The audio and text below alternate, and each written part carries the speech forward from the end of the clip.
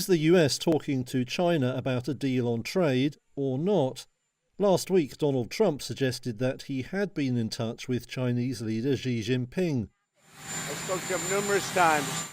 However, he didn't say when the contact had happened or what they had discussed. And Beijing has denied that any talks took place.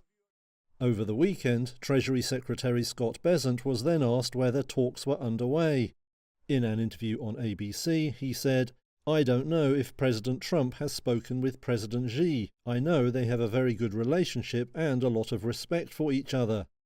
Bessent said his contact with Chinese counterparts had been on issues besides trade. When asked why Beijing would deny that talks had taken place, he said that policymakers there were playing to a different audience. Trump has imposed tariffs on trading partners around the world and 145% levies on Chinese goods. Beijing has responded with 125% duties on imports from the US. The tensions have roiled financial markets and raised fears of a global economic slowdown, though none of that appeared to rattle Trump last week.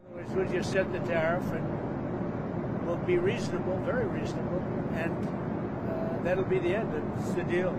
In an interview Sunday, US Agriculture Secretary Brooke Rollins said that the US was holding daily conversations with China over tariffs, but didn't elaborate further.